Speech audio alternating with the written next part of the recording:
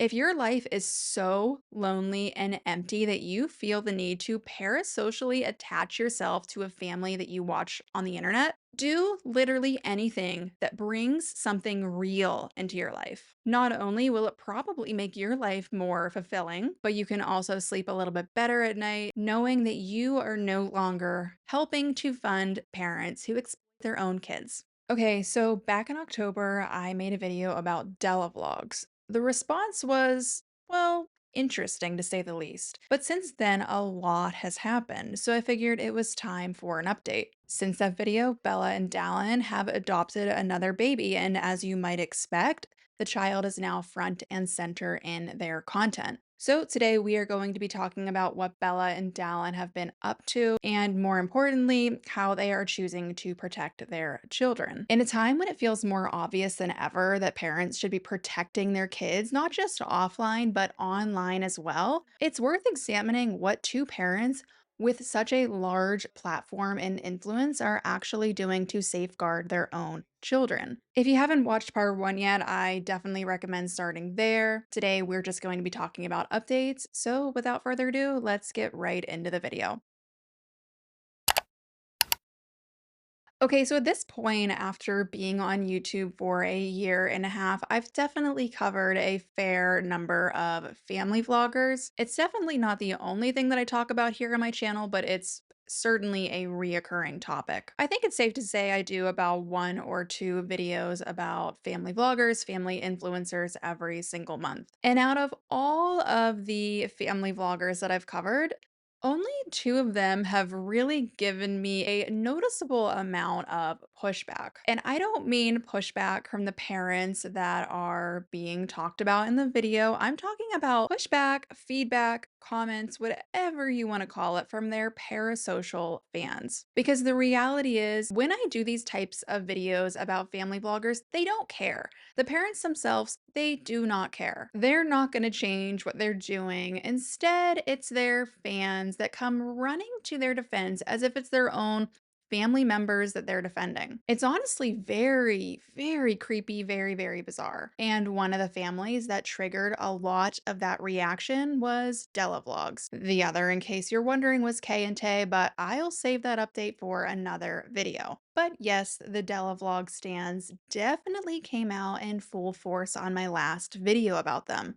And the funny thing is, to me at least, everything that I talked about in that video was based off of things that they have posted. So even when it was factual things that I pulled from their content, from their videos, from things that they have talked about, their fans were still not happy to hear about it. And through the emotionally charged, often misspelled, and sometimes barely readable comments, the messages from their fans were pretty much the same across the board. That Della Vlogs is a beautiful, happy family, that Bella is an amazing mother, and that their children are incredibly lucky to have them as parents because they get to do all these cool things that most kids do not get the chance to experience. I mean, that and I'm a jealous bitch, which may be half true, but I'll let them figure out which part. No, but in all seriousness, they all seem to ignore the fact that these kids might be experiencing cool things, yes, but at the cost of their privacy, their safety, their autonomy, even. But that's going to be a theme that we are going to be talking about a lot in this update video. And speaking of updates, like I said, at the end of last year, Bella and Dallin adopted a second child. And one quick adopting our second daughter video, and over 3 million views later, their newest addition has been in all the content ever since. So basically another prop kid. And before anybody jumps on me for saying that, I'm not saying they don't love their kids, but just like their first child, who has pretty much been used as a prop since day one in the Lambert household and the Lambert social media empire that they've built, it seems like baby number two is heading down that same path. Another thing that they're still doing is constantly jet setting around the world, which they get a lot of criticism for. Mostly because it seems like they're rarely home, and as a result, the kids don't really have much of a routine. Now, I'm not saying that traveling a lot is a bad thing, but do I personally think that kids thrive with the routine? Yes. And do I think it's more important for a parent to focus on their child's well being instead of getting the perfect shot, the perfect video for their YouTube channel, for their social media? Also, yes. And do I think that family vacations probably should not be monetized? Yeah, I do think that. So, for anyone who says, my family traveled a lot when I was growing up and I turned out fine, well, you are defending family vloggers who exploit their kids. So, you sure about that? And also, were your family trips monetized? Were they planned around getting content for social media? Because if not, then it's really not the same thing.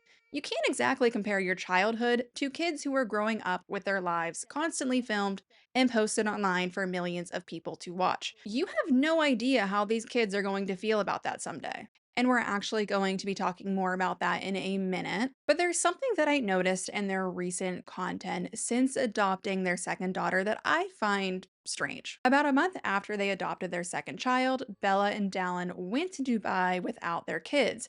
It was for some event involving Mr. Beast and something called the 1 Billion Summit. From what I understand, Mr. Beast invited around 10 creators to attend, and while they were there, he talked about plans for them to eventually go to Ghana to help build a village with him. Changed because we are speaking on a panel right now. It's almost time to go on stage. Jimmy. It's really cool because we're backstage right now. We get to go on stage and talk about being a part of Mr. Beast's philanthropy.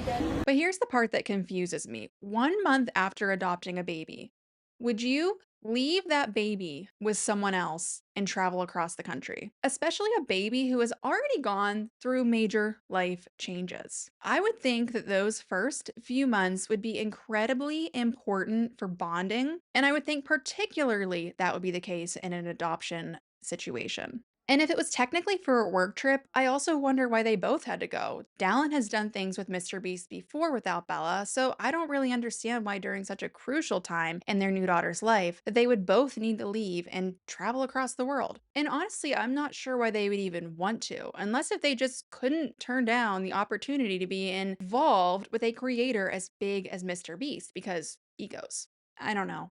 I just feel like for most parents, especially moms, you'd have to pry the baby out of her arms to get her to leave the baby that soon after bringing them home.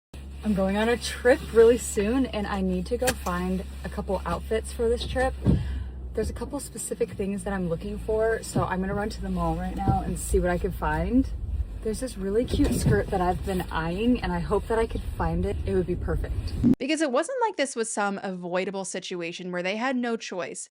It was essentially an influencer trip to Dubai as an opportunity for exposure. And I don't know, call me crazy, but that just feels a little bit strange. I don't know. Let me know what you think about that one. But when I went to check out their most recent video, the first thing I did was scroll through some comments to see if anything stood out. And one of the top comments said, I just want to say I really appreciate you guys blurring parts where S's swimsuit shifts while she's playing. Protecting your kids comes first. And I'm sorry, but that is genuinely so, so comical. Protecting your kids, they're writing protecting your kids comes first on a channel that is as big as it is because of their kids, has millions of people watching for their children. Come on, that's crazy. But there's some other things about that comment that I think we need to break down real quick. First of all, if you have to blur different shots of your child in their swimsuit because it's showing too much, and I don't know, again, call me crazy, but maybe, just maybe, take that clip out of the video. And second, maybe that swimsuit would not have been an issue, wouldn't have moved around if you didn't have your 3-year-old in a bikini. Why are we doing this? Why are we putting little kids in bikinis and then filming them in their swimsuits and putting it on YouTube? Not just that, but using it as thumbnails for the YouTube video. It just feels so unnecessary and so calculated because we all know that swimming videos tend to get more clicks because they attract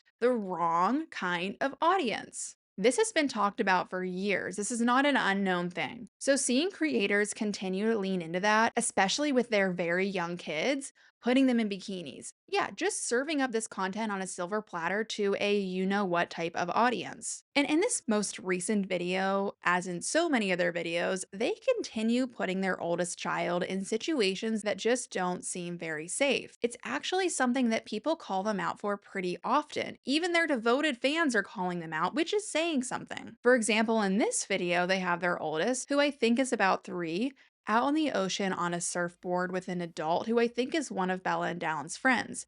But she's not wearing a life jacket. Yes, there's an adult with her, but why take that risk? Get her out there. She's just paddling out with Garrett on his back, loving life. This is what it's all about right here. Oh my gosh, I'm like so. The ocean is one of the most beautiful places in the entire world, but it's also one of those places where things can go wrong. They can escalate really, really quickly. All it takes is for one unexpected big wave to knock them over, for that guy to lose hold of the child, and then what? The reality is that ocean currents and tides have caused so many tragic situations involving kids that even safety gear sometimes isn't enough, which is exactly why it feels so careless to have a 3-year-old out there surfing without any real safety measures in place in the first place. But this is something that Bella and Dallin continue to do, again, putting her in harm's way for what I'm assuming they are doing to get a cool shot for social media. I mean, just another recent example, they posted on Instagram their eldest riding a horse. No helmet, no shoes, she wasn't strapped onto the horse. Again, they are putting their child in these potentially dangerous situations, and of course, documenting every second of it as if they are parents of the year. And even though they're getting called out for the lack of safety measures taken, they continue to do it, video after video, post after post. Something else that I came across when looking for updates that I thought was so weird that I had to mention it. Someone on their Reddit page pointed out that there are fan accounts for their eldest daughter on TikTok. Some of these accounts have tens of thousands of followers. Like, what? We have fan pages, and I know this isn't new. We know this is a thing, and it has been for years. But why are there fan pages for babies and toddlers? How does that even happen? And how would you feel if your child had multiple fan pages with tens and thousands of people following, saving the clips? How would you feel about that? I feel like it would be a major wake-up call, but apparently not. Let's go through the 5 takeaways from the Times investigation into child influencers. Number 1, the parents are the driving force behind the accounts. Some offer the sale of photos, exclusive chat sessions, and even the girls' worn leotards to mostly unknown male followers. Number 2, as the accounts gain followers, they also draw a higher proportion of males. Interacting with the men opens the door to. One calculation performed by an audience demographics firm found 32 million connections to male followers among the 5,000 accounts examined by the Times. Some of the male followers flatter, bully, and blackmail girls and their parents to get racier images, and some have even been convicted of sex crimes. The Times monitored separate exchanges on Telegram, the messaging app where men openly fantasize about follow on Instagram, and X told the platform for making the images so readily available. It's like a candy store. God bless Insta moms. Number 3, account owners who report explicit images or potential predators to Instagram are typically met with silence or indifference. Meta, Instagram's parent company, found that 500,000 child Instagram accounts had inappropriate interactions every day, according to an internal study in 2020 quoted in legal proceedings. Number 4, some parents refuse to give in to creepy bullies, but others regret ever opening an account. And I just have to say to all those moms, they're not bullies. They're individuals who are predatory towards your children. And the last one is, though rare, there have been criminal prosecutions against parents accused in CSA. However, it's important to note that even the most unsettling images of sexualized child influencers tend to fall in a legal gray area. And kind of just building on that, if you scroll through the comments on their main YouTube channel, it is so obvious how deeply their fans are invested in their lives. It's like Bella and Dallin are their actual family. Fans literally refer to their kids, Bella and Dallin's kids, as our Insert child's name here. Can you imagine putting your kids out there in a way that gives strangers even the slightest sense of ownership over them? It feels completely deranged, and I think most parents would flat out refuse to allow that. But not Belle and Dallin. They openly invite that kind of parasocial attention into their lives, and by extension, their kids have zero say in the matter. And make no mistake, these kids are already dealing with this, whether Bella and Dallin acknowledge this side to social media or not. I have no doubt that these kids, like many other family vlogger kids, get random people coming up to them saying things like, "Oh my gosh, I've been watching you since day one, since you were a little baby. I know everything about you. I'm your internet auntie." And I'm sure in these situations, Bella and Dallin just instruct their kids to smile and be polite. And I know one of their kids is still a baby, but you get the point. This is not hypothetical. This happens to family vloggers all the time. They do encourage their kids to interact with strangers in public. Madison from Fish Fam even admitted as much in the Hulu documentary she appeared in. You feel like your life is different than your other friends? It's like so cool that so many people know me, but never mind. No, tell me. I want to know. When we're like going fun places, sometimes they stop us what we're doing. Like I like doing pictures, but like so many pictures every second. But do we just say no and walk off? No. Because then I feel like bad. You say yes. Then if we just say no, then they'll be like, they're kind of rude. I don't want to follow them anymore. I know. What if that happened? I don't like making people feel bad. Me either. Talk about whiplash for kids. On one hand, we teach kids not to talk to strangers, but in the world of family vloggers, all bets are off. They're being told to do the exact opposite. Something that actually does kind of bum me out as a huge fan of Stranger Things. I mean, don't get me started on the finale. That's a different conversation. But overall, I really enjoyed the series. And one of the main actresses, Millie Bobby Brown, in my opinion, has done a really great job navigating life after being a child actor. She runs a large dog rescue, lives on a farm where she rescues animals, and seems to live a pretty quiet life outside of Hollywood, even though she still acts. But the most important thing is, we know nothing about her daughter. She adopted a child last year, and aside from announcing the adoption, she has kept everything else private.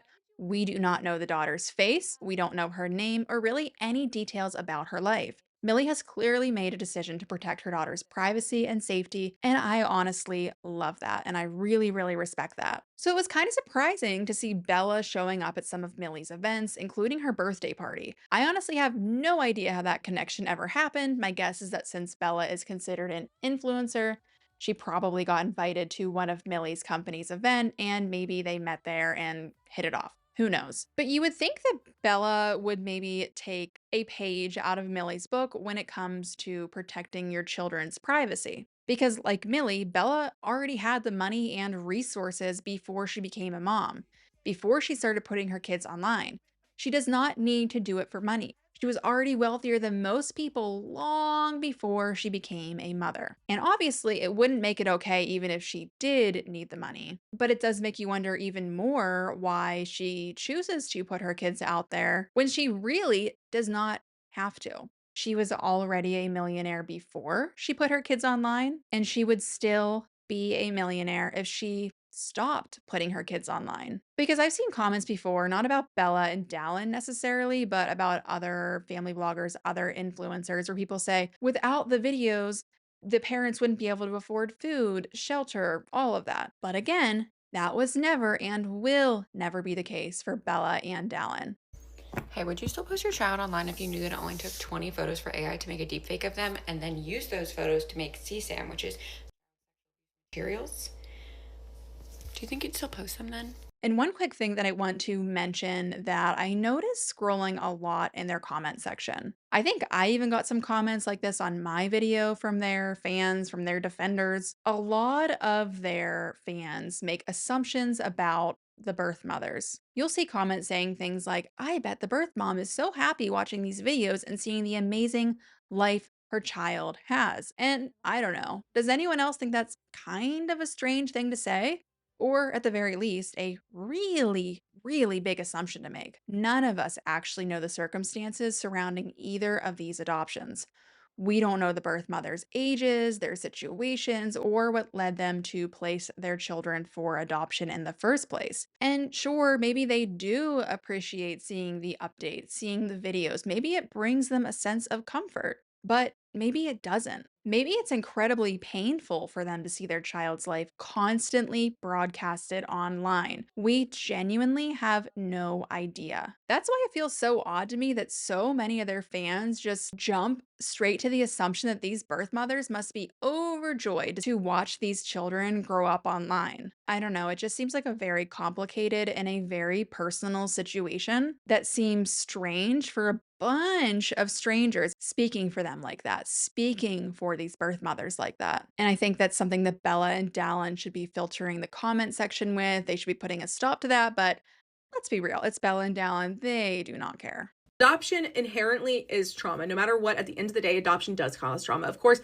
there are many situations where adoption was the best option for that child, but it doesn't mean that that child walks away completely unharmed from adoption. So when people use adoption as a click or as a way to drive engagement or as a way to say, oh my God, look at how cool this is, we get to adopt, without taking into consideration how traumatic it is for the other people in that room, it does rub me the wrong way. For instance, when they go and get this call that a birth mom just had a baby and that they need to go pick her up with their first daughter, they immediately fly there, that she's holding an iPhone while recording her meeting her infant daughter to something. Yeah, I know people film them meeting their kids all the time, but the idea of holding an iPhone while you're going to go meet your baby and like trying to get the good angles while you're trying to meet your kid, it just feels so odd to me. It just feels really odd to vlog the most traumatic moment of someone's life and post it online as if it's some really fun, crazy thing. It's honestly a shame. Bella and Dallin have this massive, massive platform, and they could be doing a lot of good with it.